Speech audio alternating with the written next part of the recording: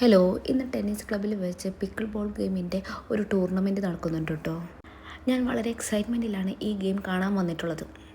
ഇവിടെ tennis tournament കുറേ നടന്നിട്ടുണ്ടെങ്കിലും pickle ball ഗെയിമിൻ്റെ ടൂർണമെൻറ്റ് ആദ്യമായിട്ടാണ് നടക്കുന്നത്. എല്ലാ ജില്ലയിൽ നിന്നും ബിഗിനേഴ്സും അഡ്വാൻസ്ഡ് ആയിട്ടുള്ള ആൾക്കാരൊക്കെ കളിക്കുന്നുണ്ട് കേട്ടോ.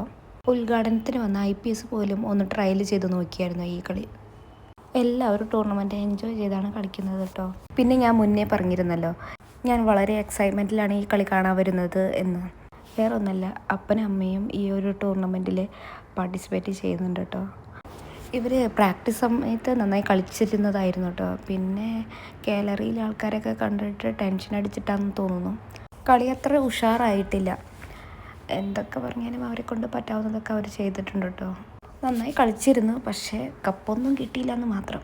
ഇപ്പോഴും അവിടെ കളി നടന്നുകൊണ്ടിരിക്കുന്നുണ്ട്. അപ്പൻ മെൻസ് ടീമിലും അമ്മ വുമൻസ് ടീമിലും പാർട്ടിസിപ്പേറ്റ് ചെയ്യുന്നുണ്ട്.